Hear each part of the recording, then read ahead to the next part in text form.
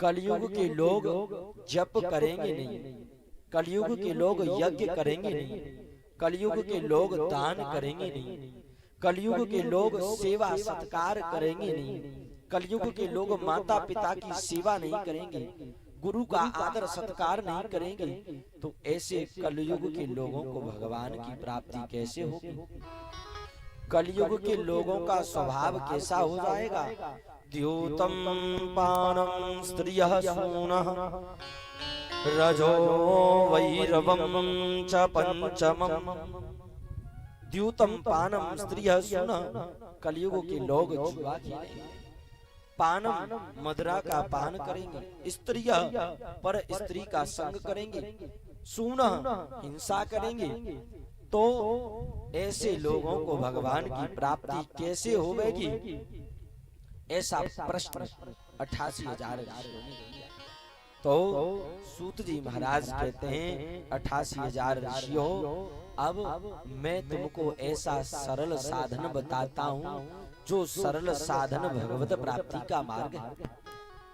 अभस्तां सुतां सविज्ञाय सददौ सकथामृतम् श्रीमद्भगवती वार्ता शूराणामपि दुर्लभः। सूत जी महाराज कहते हैं 88,000 ऋषियों, अब मैं तुम्हें भगवान को प्राप्त करने का सरल साधन बताता हूँ, और वो साधन कौन सा है? श्रीमद्भगवती वार्ताम सुराणामपि दुर्लभः। वो सरल साधन है भागवत। और कैसी भागवत? बोले सुराणामपि दुर्लभः। ऐसी भागवत मैं तुमको सुनाऊंगा जो देवताओं के लिए भी भागवत बड़ी दुर्लभ है। कभी कभी ये भागवत देवताओं को भी सुनने को नहीं मिलती है। ऐसी भागवत 88,000 ऋषियों में आपको सुनाऊंगा। 88,000 ऋषियों ने प्रश्न किया, सूत जी महाराज ये भागवत देवताओं को सुनने को क्यों नहीं मिलती है, और ऐसा कब हुआ? तो सूत जी महाराज कहते हैं, जिस समय राजा परीक्षित को श्राप लग गया, इति लंघित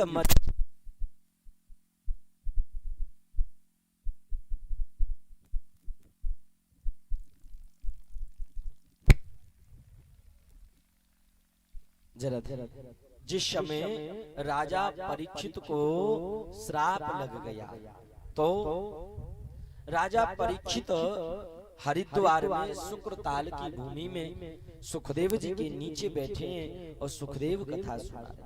इति लंघित मर्यादम तच्छकः सप्तमे हनि दंसयति चुकुलारंभः चेदितो मया मिद्रुवम्।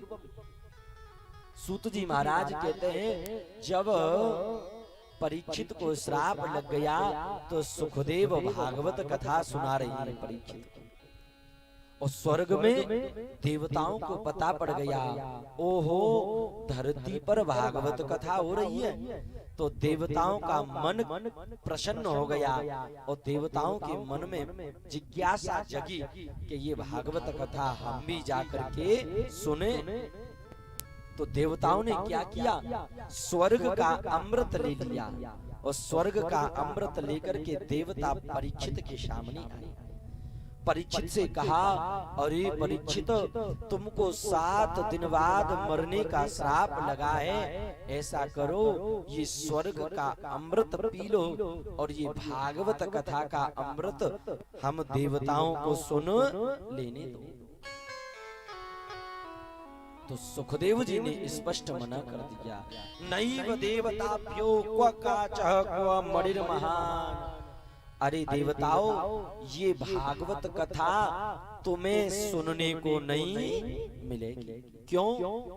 बोले तुम इस कथा को सुनने के लिए व्यापार की दृष्टि से आए हो। तुम इस कथा की तुलना अमृत से कर रही हो।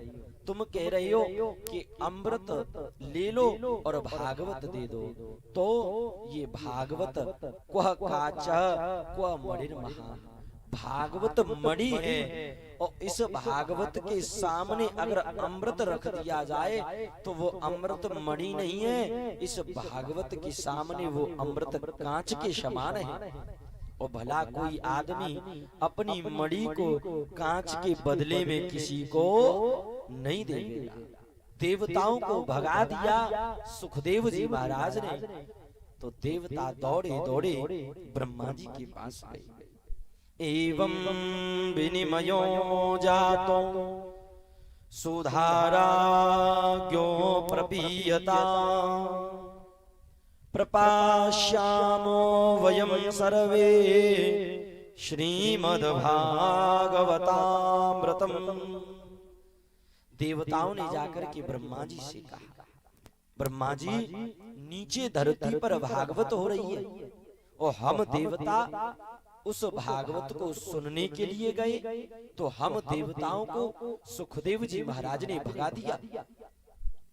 देवताओं ने कहा, ब्रह्मा जी आखिरकार इस भागवत में ऐसा क्या है जो हमें सुनने को नहीं मिली? तो ब्रह्मा जी ने कहा, अभी पता पड़ जाएगा क्या है। ऐसा करो, एक तराजू लेकर के आओ। और एक तराजू मंगाई गई। उस तराजू के एक पलड़े में भागवत कथा की पोथी को रख दिया और दूसरे पलड़े में 17 पुराण रख दिए, 4 वेद रख दिए, 1,00,000 मंत्रों वाला महाभारत रख दिया। और जैसे ही ब्रह्मा जी महाराज ने उस तराजू को ऊपर को उठाया तो बड़ा विचित्र दृश्य हो गया। भागवत कथा का पलड़ा नीचे रखा रह गया और पुराणों का वेदों का पलड़ा ऊपर लटक गया। एवं विनिमयो जातो सुधाराज्ञो प्रपीयताम् प्रपास्यामो वयं सर्वे श्रीमद्भागवतामृतः। देवता ये दृश्य देख करके चौंक गए। ओहो, धन्य है भागवत, जो भागवत 18 पुराणों से भी श्रेष्ठ है, जो भागवत 4 वेदों से भी श्रेष्ठ है, जो भागवत महाभारत से भी श्रेष्ठ है। ऐसी भागवत धन्य है। और सूत जी महाराज कहते हैं, 88,000 ऋषियों, जरा विचार करो, ये भागवत उन देवताओं को सुनने को नहीं मिली, वो देवता कथा सुनने के लिए तरसते रहे, और ये भागवत तुमको यहाँ सरल रूप से सुनने को प्राप्त हो रही। ये भागवत 88,000 ऋषियों में तुम्हें सुनाता हूँ, और यही कृष्ण प्राप्ति क्रम सस्वद, यही भगवान की प्राप्ति का मार्ग है। तो सूत जी महाराज कहते हैं, 88,000 ऋषियों, इसी श्रीमद् भागवत कथा का प्रचार प्रसार संसार में देवर्षि नारद ने खूब किया। और नारद जी महाराज कौन है? बोले ब्रह्मा जी के पुत्र हैं। और नारदौ देव दर्शन, नारद जी महाराज, यदि नारद जी मिल जाए तो ठाकुर का दर्शन जरूर होता है। और नारद जी महाराज का साधारण यदि वक्तव्य देखा जाए तो नारद, यानी कि जिनकी बात कभी रद्द ना हो, कभी समाप्त ना हो, जिनकी बात कभी टाली ना जाए, वो है नारद जी। सूत जी महाराज कहते हैं, 88,000 ऋषियों, नारद जी महाराज ने इस भागवत कथा का संसार में खूब प्रचार प्रसार किया। नारद जी ने इस कथा को सबको सुनाया। 88,000 ऋषियों ने पूछा कि आखिरकार नारद जी ने इस भागवत कथा को किससे सुना? तो सूत जी महाराज कहते हैं, नारद जी ने इस श्रीमद् भागवत कथा को ब्रह्मा जी महाराज के मानस पुत्र हैं सनक, सनंदन, सनातन और सनत, इन चारों से नारद जी महाराज ने इस श्रीमद् भागवत कथा को श्रवण किया। तो 88,000 ऋषियों ने प्रश्न किया, सूत जी महाराज, सनकादि ऋषि जो 4 ऋषि हैं, ये हर समय तपस्या करते रहते हैं, एक ही जगह पे बैठे बैठे बैठे बैठे, और नारद जी महाराज हर समय भ्रमण करते रहते हैं। तो आखिरकार इनका मिलना कहाँ होगा? तो सूत जी महाराज कहते हैं, एकदा हि विशालाय चत्वारो ऋषयो मलः, एकदा हि विशालाय चत्वारो ऋषयो मलः। एक बार नारद जी महाराज अपने मन को शांति प्राप्त कराने के लिए संसार में भ्रमण कर रहे। और कहां पहुंचे भ्रमण करते करते? बोले बद्रीनाथ। और वहां पर 4 ऋषि सनक, सनंदन, सनातन और सनत कुमार, चारों ऋषि तपस्या कर रहे। तो नारद जी महाराज ने जैसे ही सनकादि ऋषियों को तपस्या करते हुए देखा, तो नारद जी महाराज उन चारों ऋषियों के पास गए और सनकादि ऋषियों ने नारद जी का स्वागत किया। और सनकादि ऋषियों ने देखा कि नारद जी का मुखमंडल उतरा उतरा सा।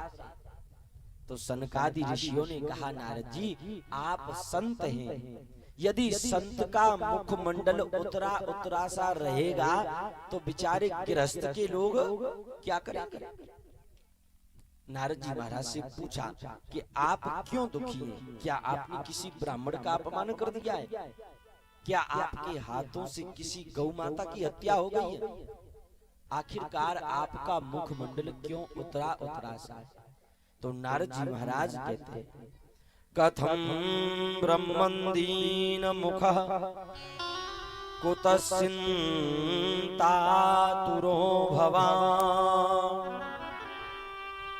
त्वरितं गम्यते कुत्र कुतश्चागमनं तव। नारद जी महाराज से पूछा, कथम ब्रह्मन्दीन मुख, आपका मुखमंडल क्यों उतरा उतरा सा? तो नारद जी महाराज अपने दुखी होने का कारण बताते। नारद जी कहते हैं, सनकादि ऋषियों, एक बार मैं बड़ा दुखी बैठा था, तो मैंने विचार किया कि मेरे मन को शांति मिले, मैं अपने मन को शांत करना चाहता हूं। तो मैं अपने मन को शांति प्रदान करने के लिए संसार में भ्रमण करने के लिए चल दिया। और नारद जी कहते हैं कि संसार में कहां कहां भ्रमण करने गया। अहं तो पृथ्वीं यातो ज्ञात्वा शर्वोत्तमामतिं पुष्करं च प्रयागं च काशीं गोदावरीं तथा। नारद जी कहते हैं, सनकादि ऋषियों, अहम तो पृथ्वीं यातो पुष्करं च काशीं गोदावरीं तथा। मैं पुष्कर की भूमि में गया, मैं अपने मन को शांति दिलाना चाहता था, लेकिन पुष्कर में जैसे ही गया तो मैंने वहां क्या देखा कि कलयुग का आगमन हो गया है और लोग पाप कर रहे हैं। कहते हैं सनकादि ऋषियों, जैसे ही प्रयागराज में गया तो मैंने वहां भी पाखंड देखा, वहां भी पाप देखा, वहां भी कलयुग का साया देखा। कुछ संत बैठे हैं और संत पाखंड फैला रहे, मेरा वहां भी मन नहीं लगा। नारद जी कहते हैं, मैं उस जगह को छोड़ करके भी चल दिया। पुष्करंच प्रयागंच काशीं गोदावरीं तथा। मैं अब की बार काशी में गया और मैंने काशी में क्या देखा? एक बालक अपनी माता से अपशब्द बोल रहा है। मेरा हर तरफ मुझे दुख ही दुख दिखा, चारों तरफ मुझे पाप ही पाप दिखा, तो मेरा मन दुखी हो गया। और नारद जी कहते हैं, कैसा पाप दिखा?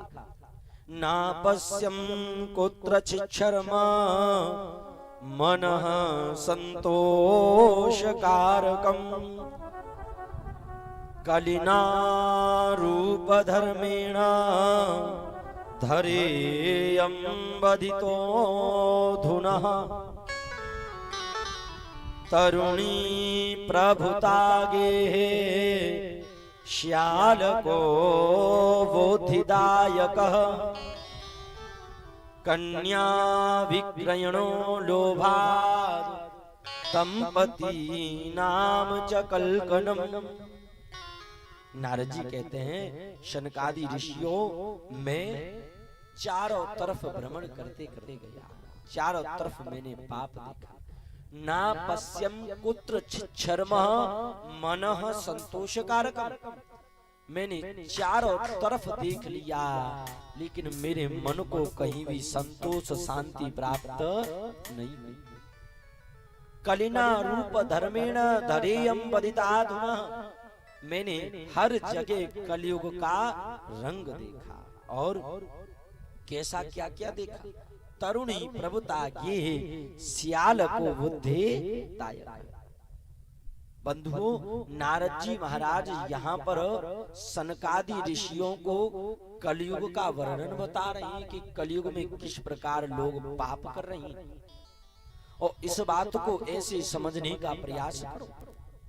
एक बार एक संत भगवान एक गांव में भ्रमण करने के लिए गए, और संत भगवान जैसे ही एक गांव में भ्रमण करने गए तो संत भगवान ने एक बहुत बड़ा आश्रम बना देखा। संत भगवान ने पूछा, भैया ये इतना बड़ा आश्रम बनाए, ये इतना बड़ा महल बनाए, ये किसका महल है? तो वहां के लोगों ने कहा, महाराज जी ये आश्रम श्री श्री 1008 श्री त्यागी जी महाराज का आश्रम बना।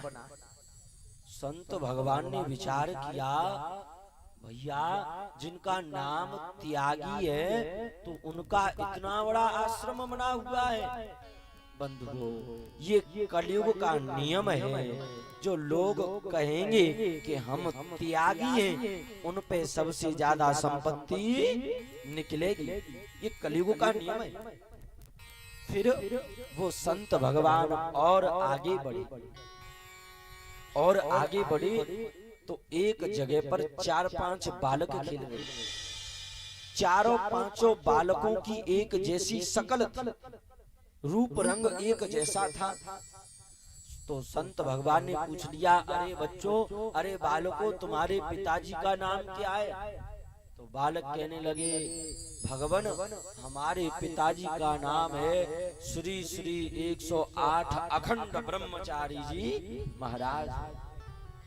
संत भगवान ने विचार किया, जो अखंड ब्रह्मचारी हैं तो फिर इनकी ये संतान कहां से आ गई?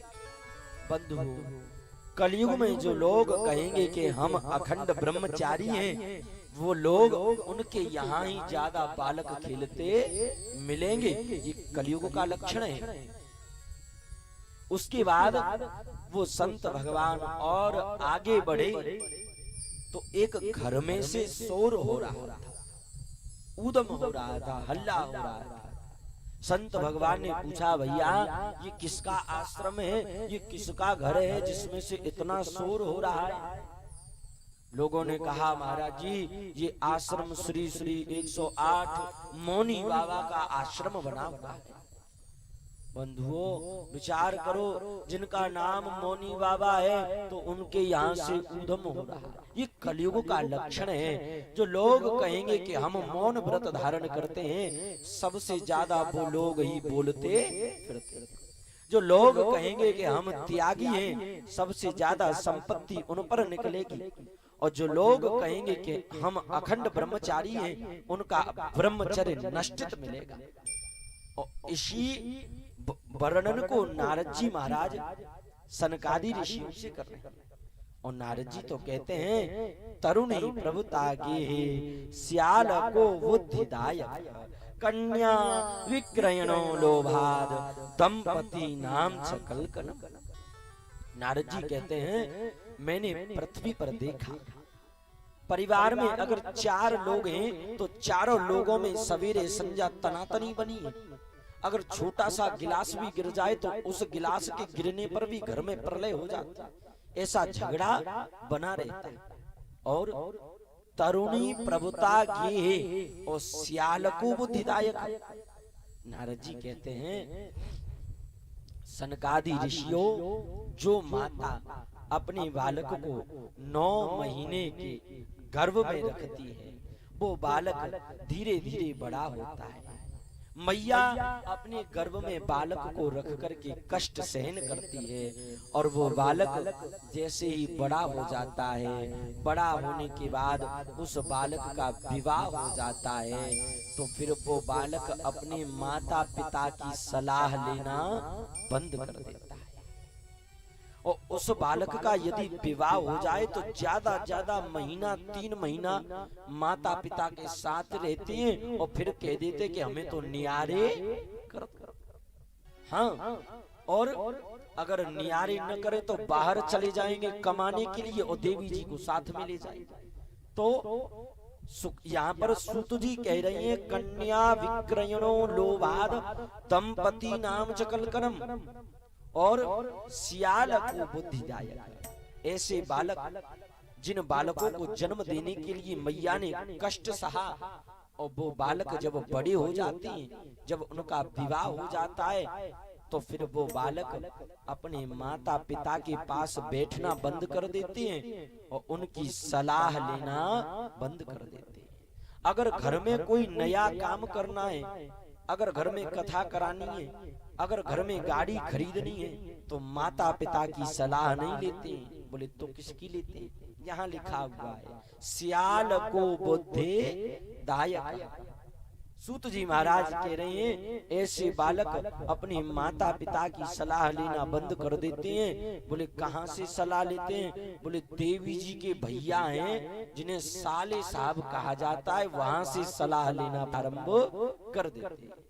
और वृंदावन में एक कहावत है, दीवारे बिगारे आरो और घरे बिगारे। हाँ, तो सियाल कौ बुद्धिदायक तरुणी प्रभुता घेहि। सूत जी महाराज से जब नारद जी ने कलयुग का वर्णन किया, सूत जी महाराज और नारद जी बैठे हुए हैं। नारद जी कहते हैं कि मेरे मन को कहीं भी शांति नहीं मिली, मेरा मन दुखी हो गया।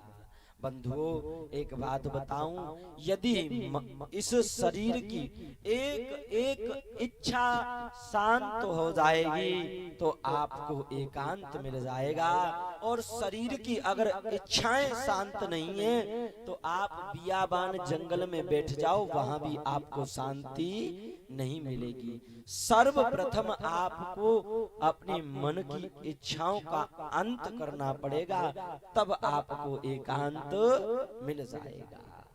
तो नारद जी महाराज ने विचार किया कि मुझे कहीं भी शांति नहीं मिल रही है। नारद जी महाराज विचार कर रहे हैं कि मैं पूरी सृष्टि में घूम लिया, लेकिन एक जगह ऐसी है जहां मैं नहीं गया, शायद वहां जाने से मेरे मन को शांति मिल जाएगी। और नारद जी महाराज अब की बार कहां जा रहे हैं? नारद जी महाराज अब की बार वृंदावन की ओर चल दिए। नारद जी ने विचार किया कि वृंदावन में कलयुग का साया नहीं होगा, और वृंदावन में किसी भी प्रकार का पाप नहीं होगा। और जैसे ही नारद जी महाराज वृंदावन में गए और यमुना जी के किनारे नारद जी महाराज पहुंचे, तो यहाँ भी नारद जी महाराज ने एक पाप देख लिया। और वो पाप कौन सा है? वृंदावन में यमुना जी के किनारे एक सुंदर युवती बैठी है, और उस युवती की गोद में 2 बूढ़े पुरुष लेटे हैं, और वे बूढ़े पुरुष ना तो कुछ बोल रही हैं और ना हिल रही हैं, न डुल रही हैं। वे बूढ़े पुरुष बिल्कुल चेत पड़े हैं, पृथ्वी पे पड़े हैं, और कुछ स्त्रियां उस सुंदर युवती की सेवा कर रही हैं। कोई जल पिला रही है, कोई चरण दबा रही है, कोई सांत्वना दे रही है, और वो सुंदर स्त्री रो रही है। नारद जी महाराज ने विचार किया कि आखिरकार वृंदावन में भी ये स्त्री रो रही है, इसके रोने का क्या कारण है? और बंधुओं, संत मिलन को चालिए तज माया अभिमान। संत मिलन को चालिए तज माया अभिमान। जो पग आगे धरे कोटन यज्ञ समान।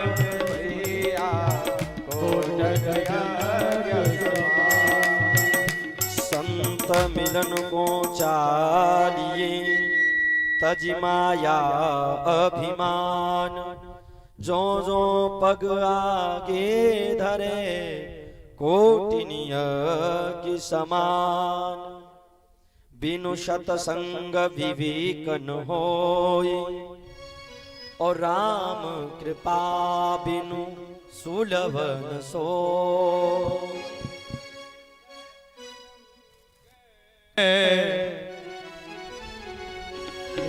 ओ बिन सत्संग विवेक न होय।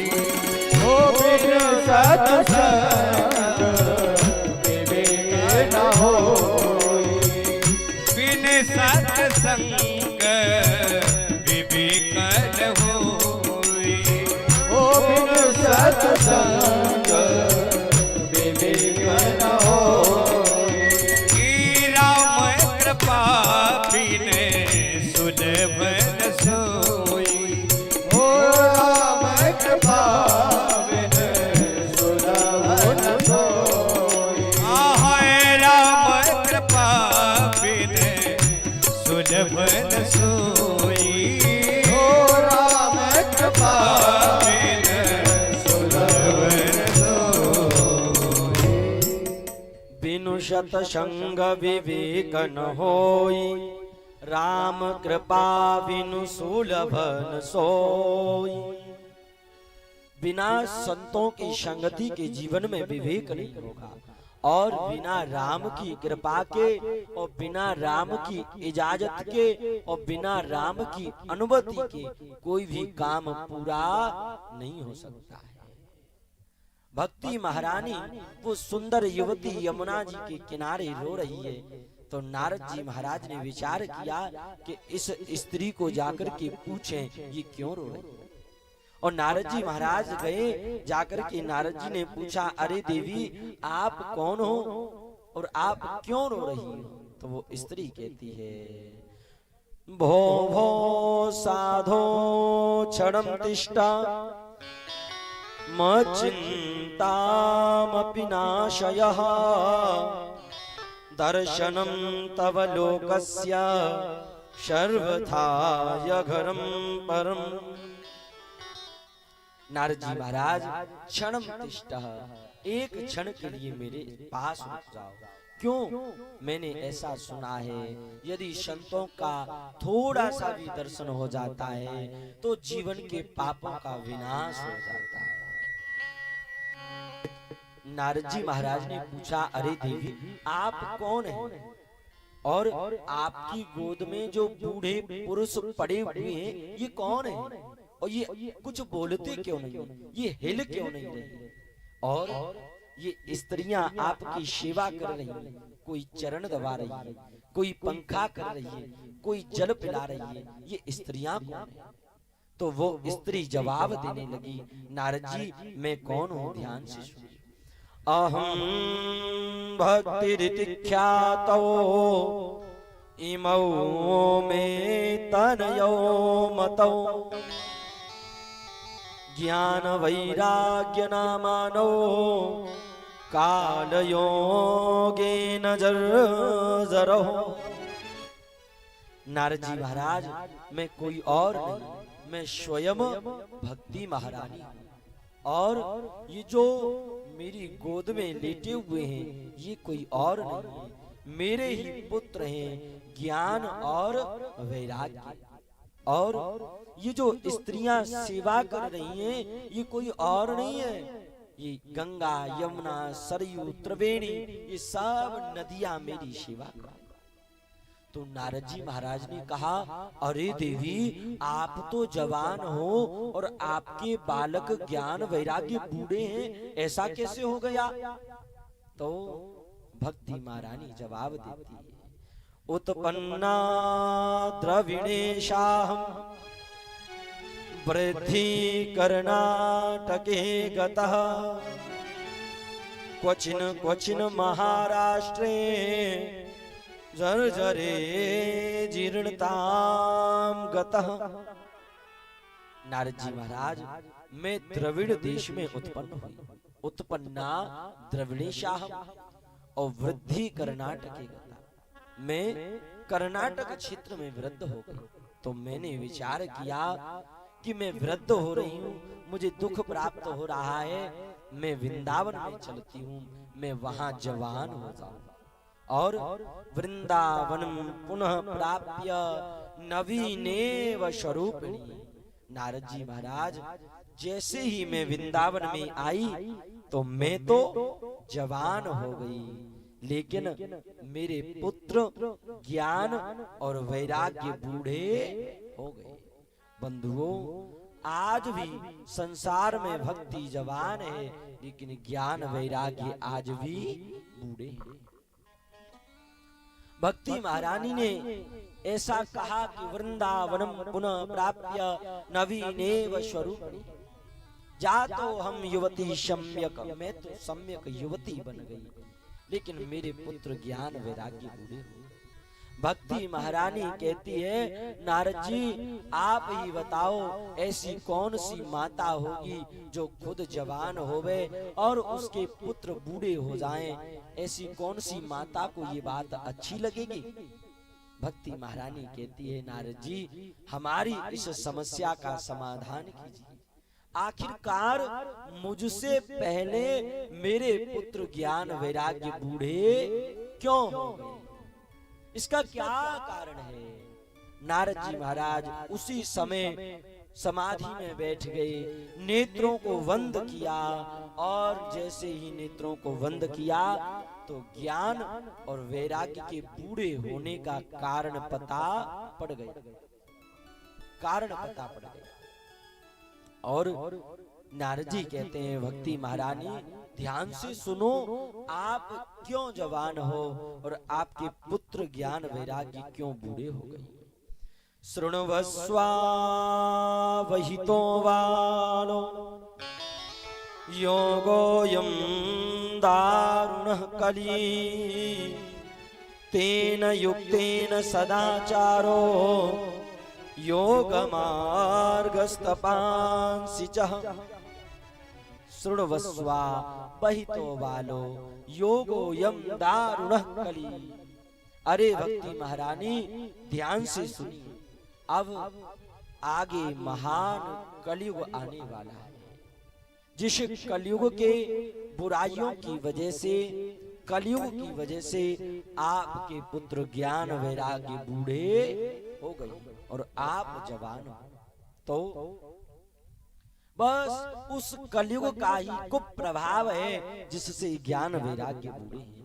बंधुओं, आज भी इस कलयुग की वजह से ही ज्ञान और वैराग्य कहीं ज्यादा मिलता नहीं, इसका ही प्रभाव है। तो भक्ति महारानी ने पूछा, अगर कलयुग का प्रभाव है तो उस कलयुग के प्रभाव की वजह से मेरे बालक ही बूढ़े क्यों हुए हैं, मैं बूढ़ी क्यों नहीं हुई? तो यहाँ पर नारद जी महाराज कहते हैं, देवी वृंदावनम पुनः प्राप्य नवीनेव स्वरूपिणी धन्यं वृंदावनम यत्र भक्तिर्नृत्यति यत्र च। देवी, ये तो वृंदावन की कृपा है, इस वृंदावन की कृपा से आपके बालक इसमें बूढ़े पड़े हैं और वृंदावन की कृपा से आप जवान हो। धन्यम वृंदावनम यत्र भक्तिर्नृत्यति यत्र च। ऐसा वृंदावन धन्य है जिस वृंदावन में भक्ति महारानी कण कण में नृत्य कर रही है। ये पवित्र वृंदावन है। वृंदा विपिन प्रणाम करे, वृंदावन सुख खान, जो चाहत देह सुख। तो वृंदावन ये पावन वृंदावन, यहाँ पर भक्ति महारानी और जब ऐसा प्रश्न करती है तो नारद जी महाराज भक्ति महारानी को स्पष्ट कहते हैं, भक्ति महारानी वृंदावनम पुनः प्राप्य, आपको वृंदावन मिल गया, बस उसी वृंदावन की वजह से आप जवान हो। बंधुओं, वृंदावन में आज भी भक्ति महारानी जवान है, किंतु दरबार में राधे रानी के दुख दर्द मिटाए जाते हैं। दरबार में राधे रानी के दुख दर्द मिटाए जाते हैं। दरबार में राधे श्यामा के दुख दर्द मिटाए जाते हैं। दरबार में राधे रानी के दुख दर्द मिटाए जाते, दुख दर्द मिटाए जाते हैं। दुख दर्द मिटाए जाते हैं। दुख दर्द मिटाए जाते हैं। दुख दर्द मिटाए जाते हैं। दुख दर्द मिटाए जाते हैं। वो दुख दर्द मिटाए जाते हैं। दरबार में श्यामा प्यारी के दुख दर्द मिटाए जाते हैं। दरबार में राधा रानी के दुख दर्द मिटाए जाते हैं।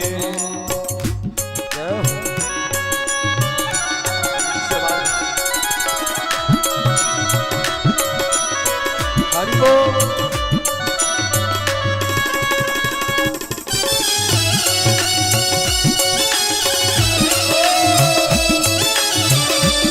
हरि बोल।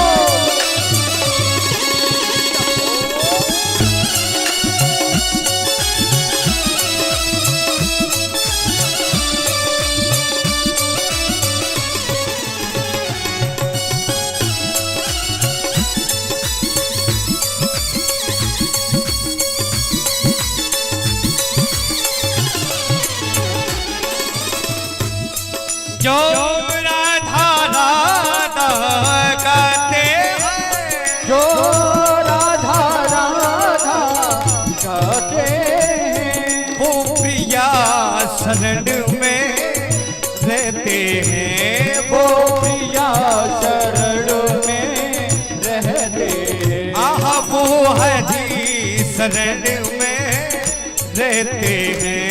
वो हरि शरण में रहते हैं। भर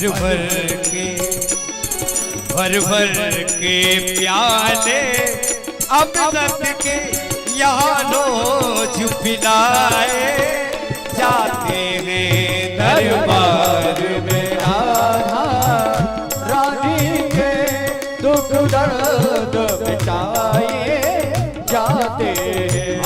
दरबार में श्यामा प्यारी के दुख दर्द मिटाए जाते हैं। दरबार में राधा रानी के दुख दर्द मिटाए जाते हैं।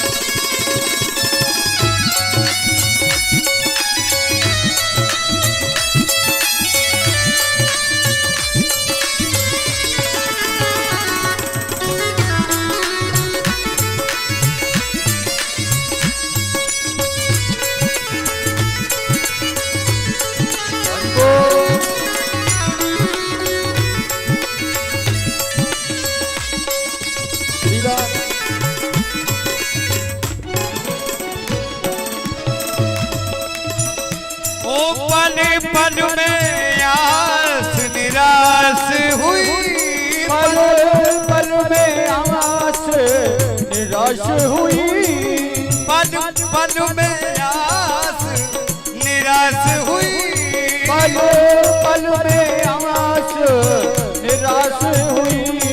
दिन दिन घटता पल पल बढ़ता, दिन दिन घटता पल पल बढ़ता, दिन दिन घटता पल पल बढ़ता, दिन दिन घटता पल पल बढ़ता।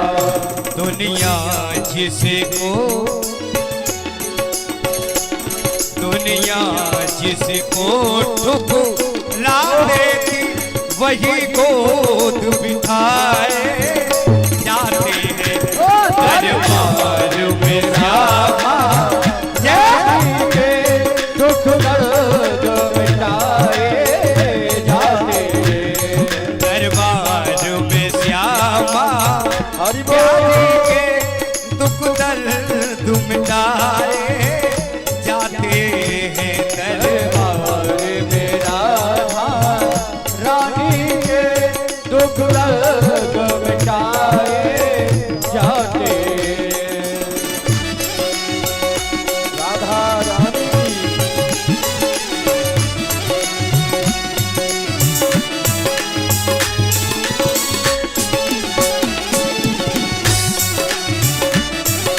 हरि बोल।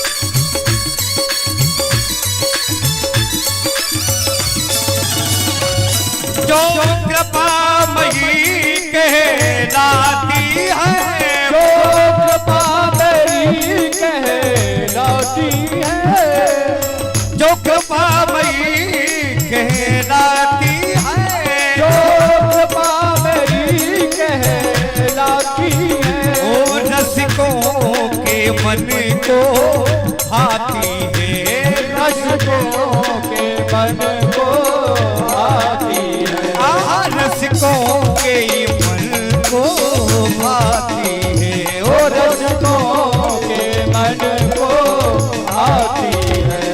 दुनिया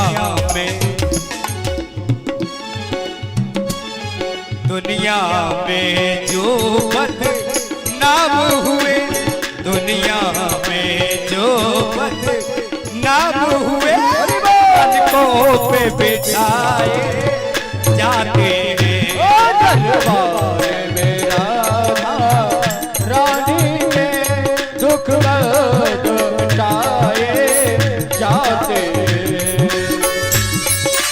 हरि बोल।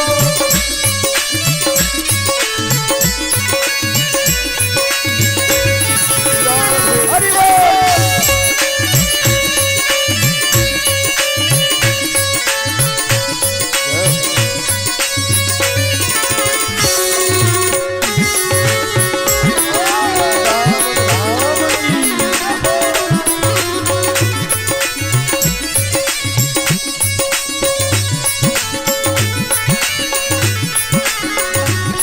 दरबार में श्यामा प्यारी के दुख दर्द मिटाए जाते हैं दरबार में राधा रानी के दुख दर्द मिटाए जाते।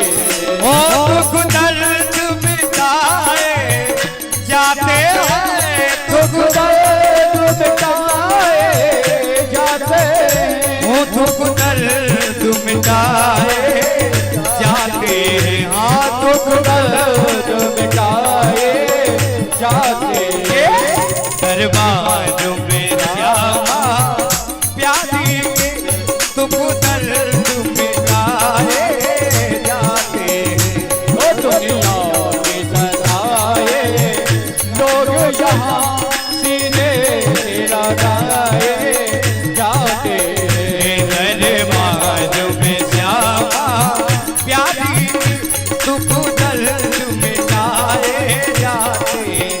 दरबार में राधा रानी के दुख दर्द मिटाए जाते दरबार में श्यामा प्यारी के दुख दर्द मिटाए जाते दरबार में राधा रानी के दुख दर्द मिटाए जाते दुख दर्द मिटाए जाते वो दुख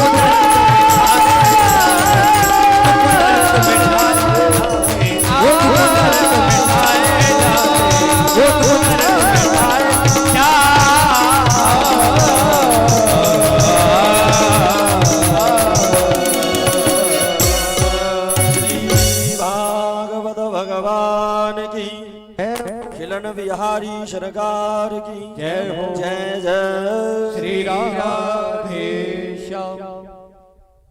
तो वो श्री नारद जी महाराज और वृंदावन में पहुंचे। वृंदावन में नारद जी ने भक्ति महारानी का दुख देखा। भक्ति महारानी और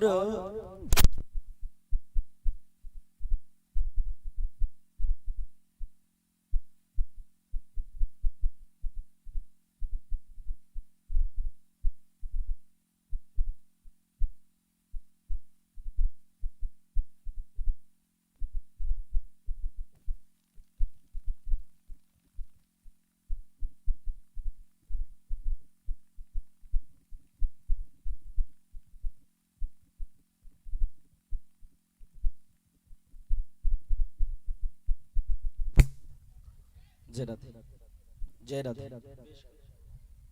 बाल कृष्ण लाल की जय हो। जय जय श्री राधे श्याम। नारद जी महाराज वृंदावन में पहुंचे। भक्ति महारानी का दुख दूर करने के लिए नारद जी ने समाधि लगाई और उस समाधि में स्पष्ट बता दिया नारद जी ने, भक्ति महारानी वृंदावनम पुनः प्राप्य नवीनेव स्वरूपिणी।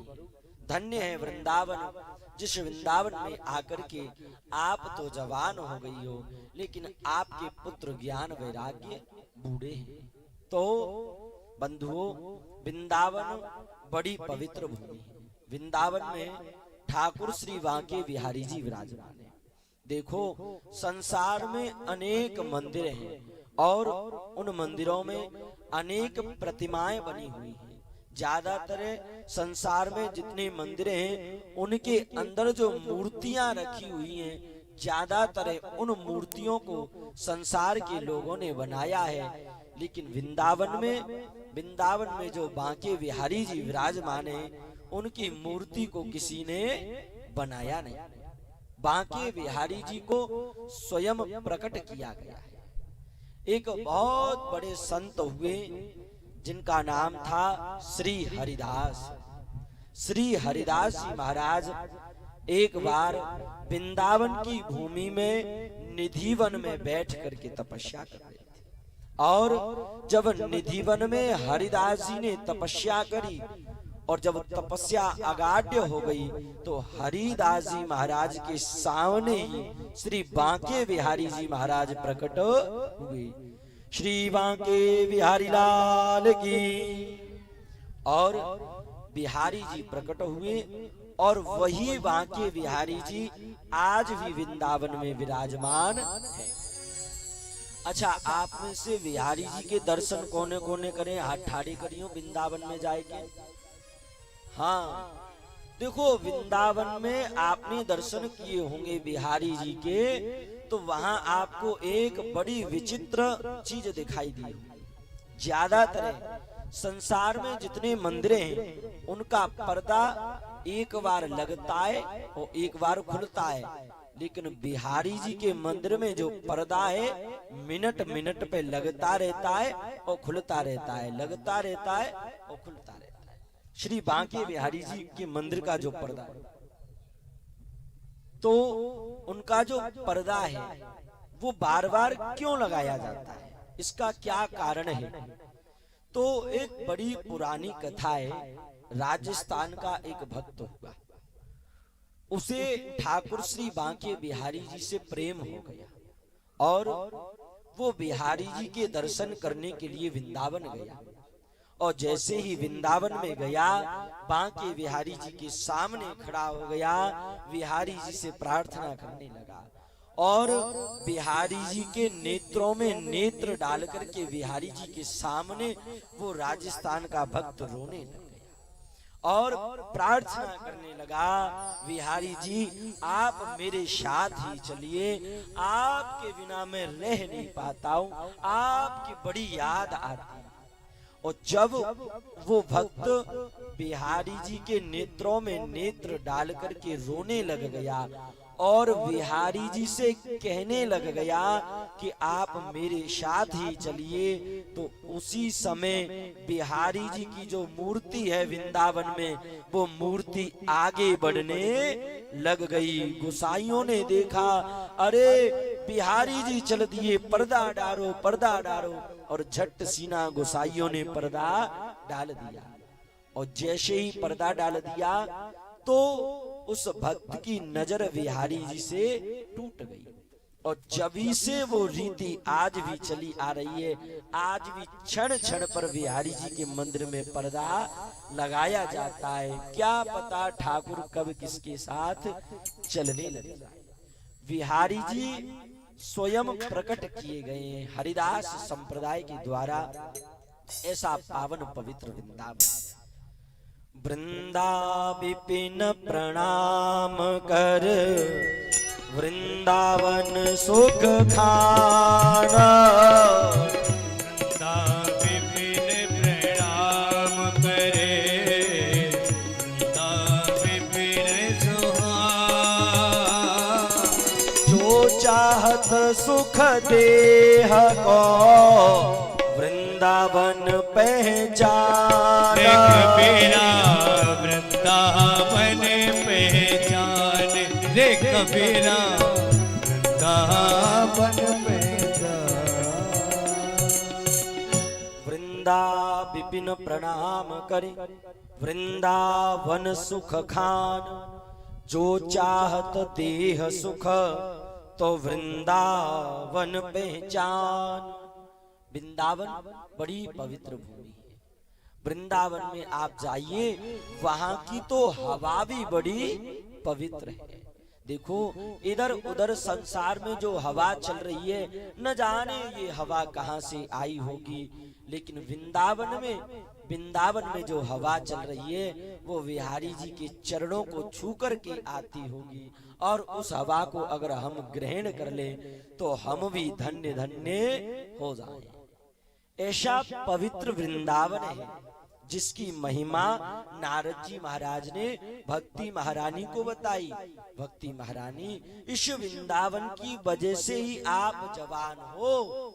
तो भक्ति महारानी ने एक प्रश्न किया, और वो प्रश्न क्या किया?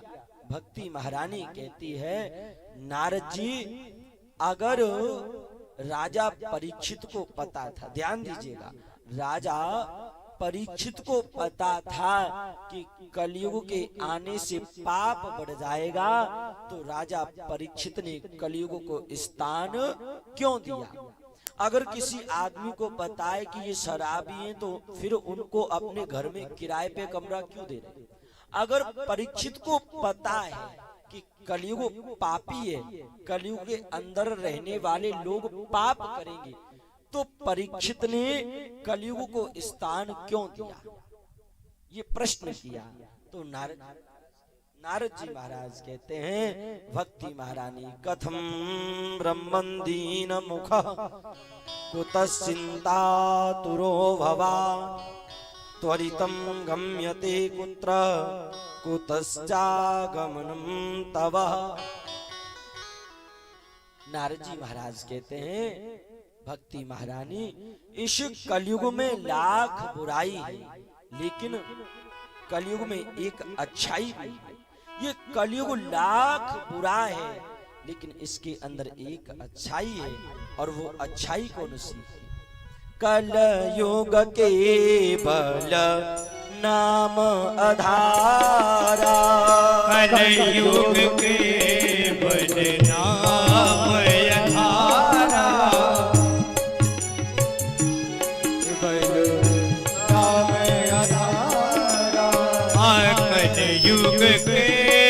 बने नाम अधारा कलयुग के बल नाम अधारा सुमेधे सुमेधे नर उतरे पारा सुमेरे सुमेर उतरहि पारा सुमेधे सुमेधे नर उतरे पारा सुमेरे सुमेर उतरहि पारा कलयुग केवल नाम अधारा सुमिर सुमिर नर उतरहि पारा। नारद जी कहते हैं भक्ति महारानी कलयुग लाख बुरा है, लेकिन कलयुग के अंदर एक अच्छाई है। जो लोग इस कलयुग में रह करके भगवान के नाम का जाप करते हैं, भगवान नाम संकीर्तन करते हैं, उन लोगों को इस कलयुग से सहज रूप ही और अगले युग की प्राप्ति और मुक्ति की प्राप्ति हो जाएगी। तो जब ऐसा कहा तो भक्ति महारानी कहती है, नारद जी महाराज मेरे दोनों पुत्र ज्ञान वैराग्य अचेत पड़े हुए हैं, ये कुछ बोल नहीं रहे हैं, ये इनकी मुक्ति कीजिए। तो नारद जी महाराज अब समाधि लगा करके बैठ गए और ज्ञान वैराग्य को मुक्ति दिलाना चाहते हैं। ज्ञान वैराग्य धरती पर अचेत पड़े हैं, कुछ बोल नहीं रहे हैं, कुछ हिल नहीं रहे हैं, डुल नहीं रहे हैं। तो नारद जी महाराज ने जैसे ही समाधि लगाई तो आकाशवाणी हो गई, अहो नारद धन्योषि विरक्ता नाम शिरोमणि सदा श्री कृष्ण दासाना मगृहिणो मिव भास्करः। अरे नारद जी आप धन्य हो। नारद जी भक्ति और ज्ञान वैराग्य का यदि उद्धार करना चाहते हो, ज्ञान वैराग्य को अगर चेत करना चाहते हो तो कुछ मत करो, मात्र ज्ञान वैराग्य को जवान करने के लिए, चेत करने के लिए आप सत्कर्म करिए। ऐसा कहकर के आकाशवाणी शांत हो गई। उसके बाद नारद जी महाराज संसार में भ्रमण करने लगे और सामने जो मिलता उससे नारद जी बस एक ही प्रश्न करते हैं, भैया सत्कर्म क्या होता है, सत्कर्म किसे कहते हैं। नारद जी महाराज हर एक व्यक्ति से यही प्रश्न करते हैं कि सत्कर्म क्या है। अच्छा, जब नारद जी ऐसा प्रश्न करते हैं तो सामने वाले लोग जवाब तो देते हैं, लेकिन कोई सटीक जवाब नहीं देता है। कोई कहता है भैया भागवत सुनो, कोई कहता है गीता का पाठ करो, कोई कहता है पुराणों को सुनो, कोई कहता है जप करो, कोई कहता है जल में बैठ के तपस्या करो, लेकिन कोई भी सटीक उपाय नहीं बता रहा है कि आखिरकार सत्कर्म क्या होता है और सत्कर्म किसे कहते हैं। नारद जी महाराज सबसे पूछ रहे हैं कि भैया सत्कर्म क्या है। अच्छा, नारद जी महाराज ब्रह्मा जी के पुत्र हैं और ब्रह्मा जी बहुत बड़े विद्वान हैं, सृष्टि की रचना करने वाले हैं। और अगर सृष्टि की रचना करने वाले का पुत्र किसी से प्रश्न कर देवे तो जवाब देने वाला तो पहले से ही शांत हो जाएगा। अरे इनके पिताजी इतने विद्वान हैं तो ये भी विद्वान ही होंगे, ये हमारी परीक्षा ले रहे हैं। तो नारद जी महाराज को कोई सटीक उपाय नहीं बताता है कि आखिरकार सत्कर्म क्या होता है। तो नारद जी महाराज भ्रमण करते करते करते करते बद्रीनाथ में पहुंचे। वहां पर ब्रह्मा जी के मानस पुत्र सनक, सनंदन, सनातन और सनत कुमार बैठे। नारद जी महाराज ने जाकर के प्रणाम नमन वंदन किया। उसके बाद नारद जी ने एक ही प्रश्न किया, सनकादि ऋषियों सत्कर्म क्या होता है, सत्कर्म किसे कहते हैं? तो सनकादि ऋषि जवाब दे रहे हैं कि आखिरकार सत्कर्म क्या है। इदम भागवतम नाम पुराणं ब्रह्म सन्निधः भक्ति ज्ञान विरागाप्तो विवेको वर्धते महा। शनकादि ऋषि कहते हैं, नारद जी सत्कर्म कोई और नहीं होता है। इदम भागवतम नाम पुराणम ब्रह्म समन्वितः। श्रीमद् भागवत कथा श्रवण करने से बड़ा कोई सत्कर्म नहीं है। और जब नारद जी ने कहा कि मुझे भक्ति का, ज्ञान का और वैराग्य का मोक्ष कराना है, उनका उद्धार कराना है, ज्ञान वैराग्य धरती पर पड़े हैं, अचेत पड़े हैं, कुछ बोल नहीं रहे हैं, उनकी मुक्ति करानी है। आकाशवाणी ने कहा है कि उनकी मुक्ति सत्कर्म से ही हो सकती है। तो अब वो सत्कर्म क्या है? सनकादि ऋषियों ने कहा कि भागवत सुना दो, भागवत से बड़ा सत्कर्म और कोई नहीं। तो नारद जी महाराज कहते हैं, जब आपने उपाय बताया है तो अब आप ही इस उपाय को कर दीजिए, आप ही श्रीमद् भागवत कथा का आनंदोपान श्रवण कराइए। तो सूत जी महाराज 88,000 ऋषियों को कहते हैं, नारद जी महाराज सनकादि ऋषियों के पास बैठ गए और प्रार्थना करते हैं, एवं मुक्त्वा कुमारास्ते नारदेन शमं ततः गंगा तटः समायुज्य कथापानं समोद्भवः। गंगा तटम समायुज्य, हरिद्वार की पावन भूमि में गंगा जी के किनारे एक घाट है, जिस घाट का नाम है आनंद घाट। उस आनंद घाट पर शनकादि ऋषि बैठे हैं, बढ़िया सुंदर आसन बना लिया, व्यास पीठ तैयार कर लिया, और भक्ति महारानी बैठी है। और भक्ति महारानी के जो पुत्र हैं ज्ञान वैराग्य, उनको कथा पांडाल में बिठा दिया गया और कथा प्रारंभ हुई। भाग्योदयेन बहुजन्म समर्जितेन शतसंगमं च लभते पुरुषो यदा वही। संत समागम हरि कथा तुलसी दुर्लभ दो।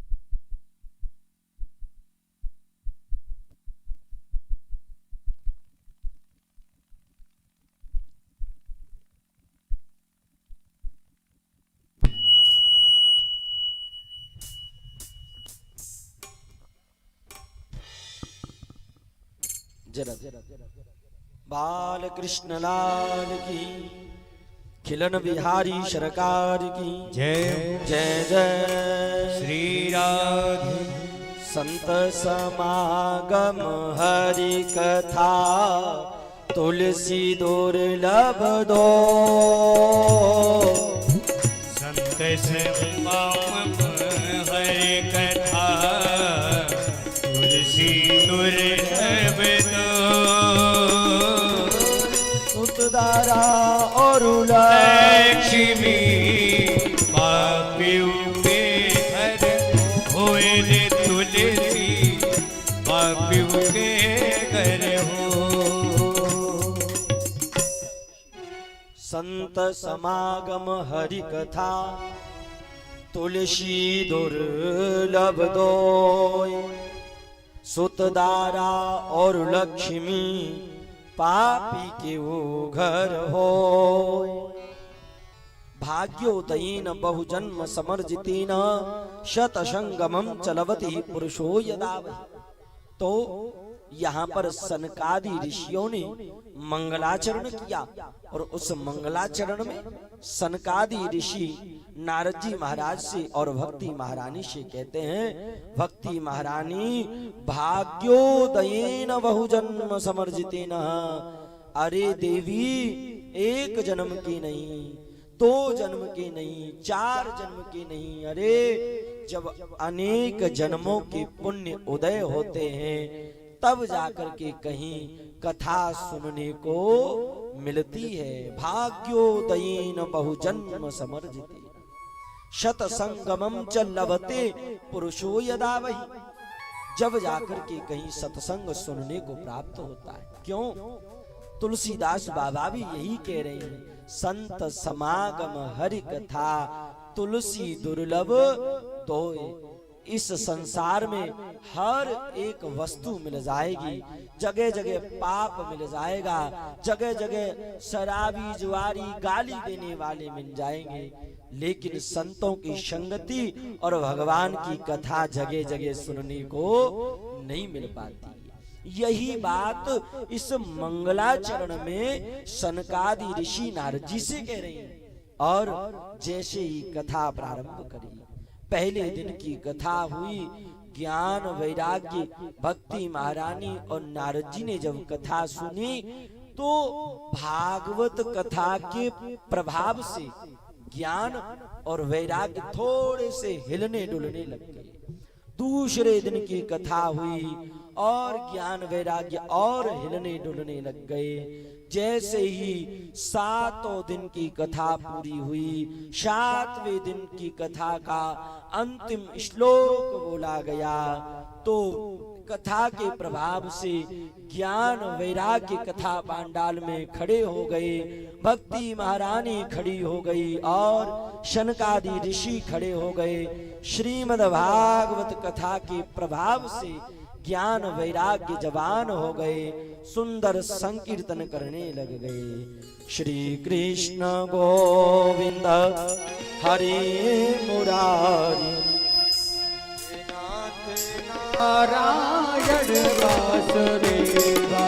श्री कृष्ण गोविंद हरे मुरारी, हे नाथ नारायण वासुदेवा।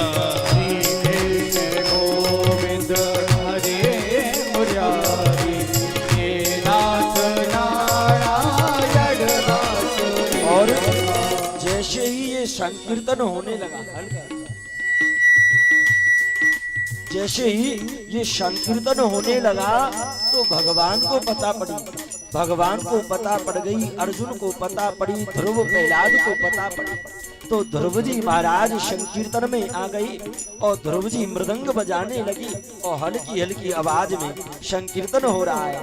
श्री राधे हे नाथ नारायण वासुदेवा, हे नाथ नारायण वासुदेवा, हे नाथ नारायण वासुदेवा, हे लक्ष्मी नारायण वासुदेवा, हे नाथ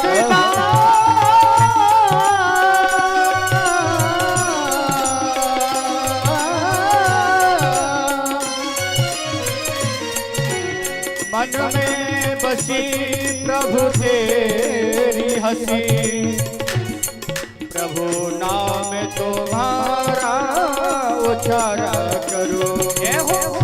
मिथिला में मन मंदिर में प्रभु मूरत तेरी निहारा करो। श्री कृष्ण गोविंद हरे मुरारी, हे नाथ नारायण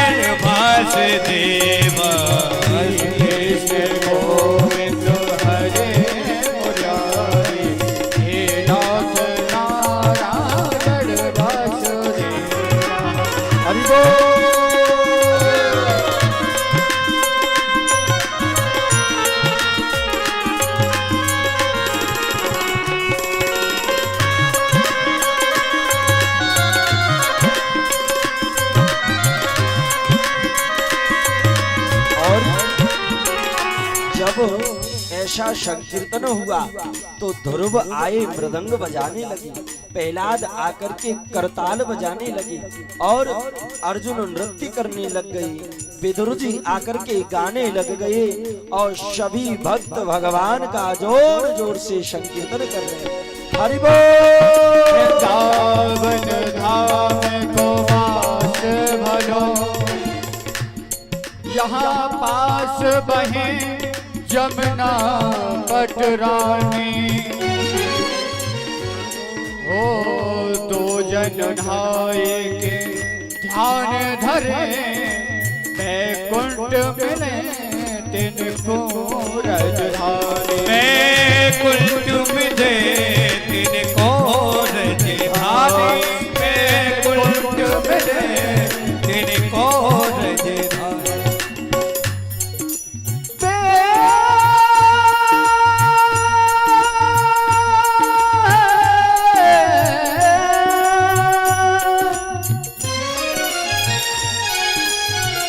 वेद पुराण बखान करे, सब संत मुनि तिनके मन मानी। यमुना जम दो तन तारत है भव, तारत है श्री राधिका। भव तारत है श्री राधिका रे, भव तारत है श्री राधिका। श्री कृष्ण गोविंद हरे मुरारी, हे नाथ नारायण वासुदेव। श्री कृष्ण गोविंद हरे मुरारी, हे नाथ नारायण वासुदेव। हे नाथ नारायण वासुदेव, हे लक्ष्मी नारायण वासुदेव। हे नाथ नारायण वासुदेव, हे लक्ष्मी नारायण। तालियों की सेवा करते हुए श्री कृष्ण गोविंद हरे मुरारी, हे नाथ नारायण वासुदेव। श्री कृष्ण गोविंद हरे मुरारी, हे नाथ नारायण वासुदेव। श्री कृष्ण गोविंद हरे मुरारी, हे नाथ नारायण वासुदेव। श्री कृष्ण गोविंद हरे मुरारी, हे नाथ नारायण वासुदेव। हे नाथ नारायण वासुदेव, हे नाथ नारायण श्री वासुदेव भगवान की जय हो, खिलन बिहारी सरकार की जय हो, हनुमान जी महाराज की जय हो। जय जय श्री श्री। राधे श्याम।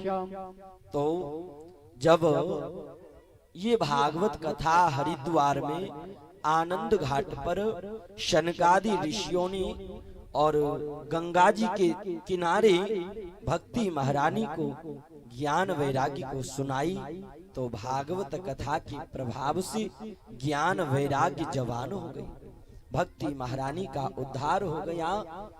ज्ञान वैराग्य खड़े होकर के और भक्ति महारानी खड़े होकर के एक दूसरे के हाथ पकड़ लिए और श्रीमद् भागवत कथा की जहां पोथी विराजमान थी उसकी परिक्रमा करने लग गईं और भागवत कथा का मूल मंत्र गाने लग गई। श्रीमद् भागवत कथा में 18,000 श्लोक हैं और इस कथा का एक मूल मंत्र है जिसका नाम है श्री कृष्ण गोविंद हरे मुरारी, हे नाथ नारायण वासुदेव। ये भागवत कथा का मूल मंत्र है और ऐसे ही शिव पुराण है।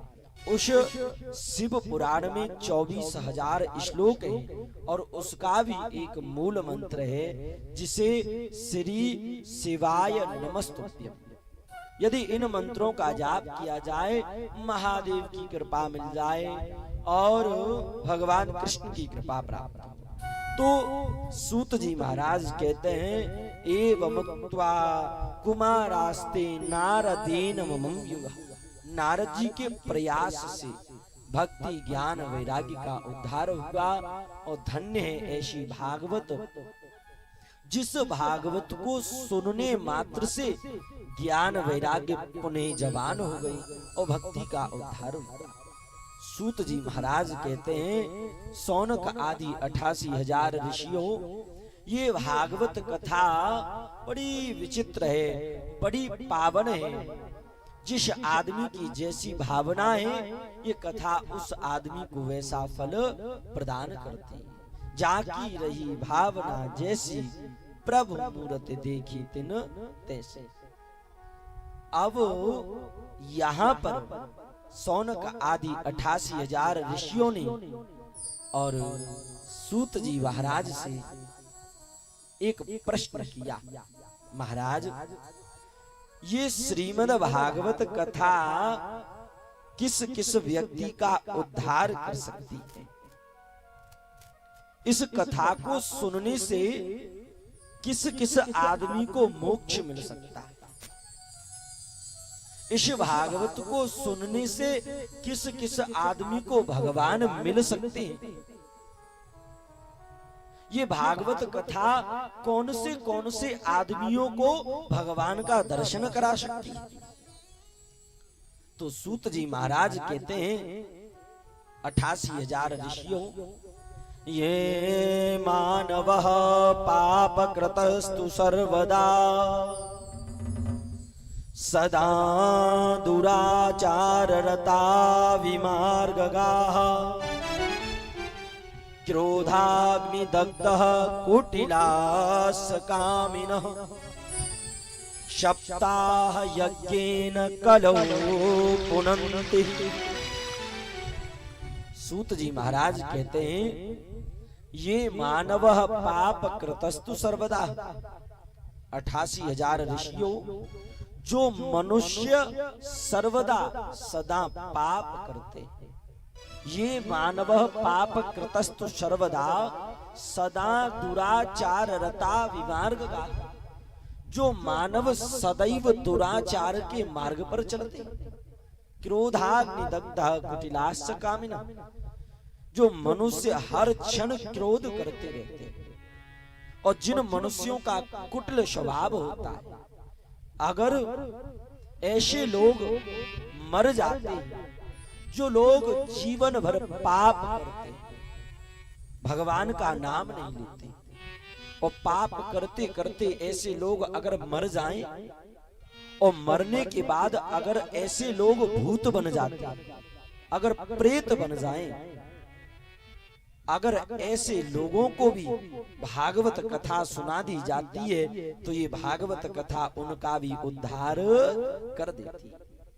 मरने के बाद आदमी अगर प्रेत बन जाए और उस आदमी की आत्माएं संसार में भटकने लग जाएं, और अगर उस भटकती हुई आत्मा को, अगर उस प्रेत को भागवत कथा सुना दी जाए, तो उसे उस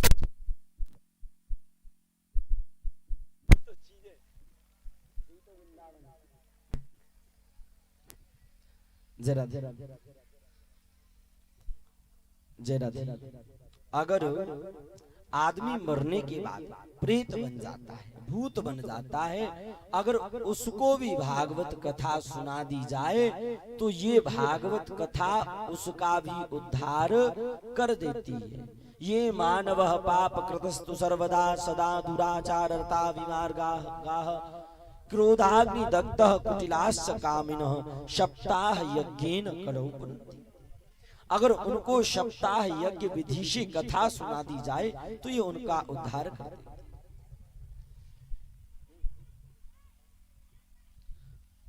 अच्छा, आप सबका कहना है कि 5 मिनट के लिए जलपान के लिए कह दिया जाए, तो आप जलपान कर सकते हैं। ये आप सबका कहना है, तो आप जलपान करना चाहते हैं तो कर सकते हैं, 5 मिनट मात्र।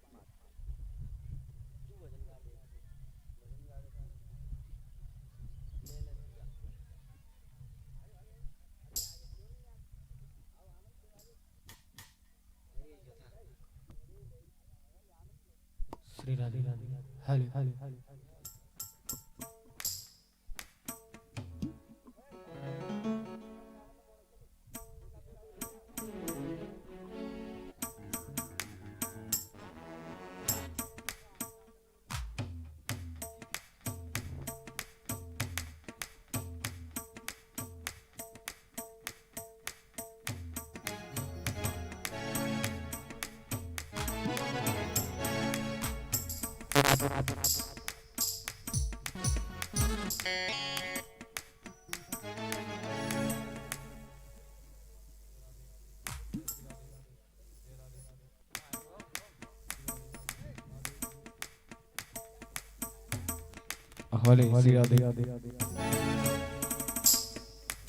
श्री राधे राधे श्री राधे राधे श्री राधे राधे राधे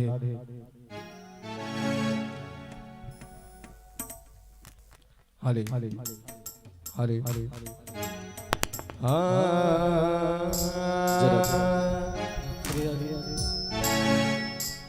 वृंदावन के वृक्ष को हरि बोल ओ जी मरम न जाने को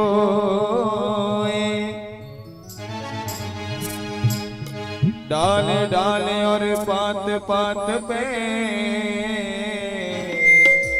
श्री राधे राधे होए।